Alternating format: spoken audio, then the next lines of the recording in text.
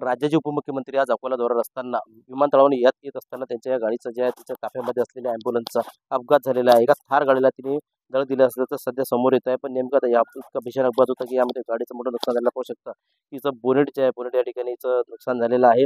पण सुदैवाने यामध्ये कुठली जीवितहानी झालेली नसून पण या गाडीचं वाहन अपघातात यामध्ये गाडीचं नुकसान झालेलं आहे। आपण पाहू शकता की आज अजित पवार जे आहे ते अकोला दौऱ्यावर आहेत आणि अकोल्यावर शिवनी विमानतळावरून अकोल्यामध्ये जिल्हाधिकारी कार्यालयात असताना या वाहनाचा अपघात झालेला आहे।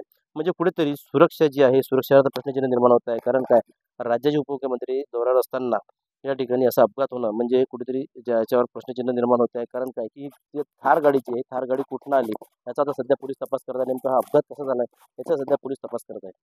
गणेश सोनवणे, TV9 मराठी।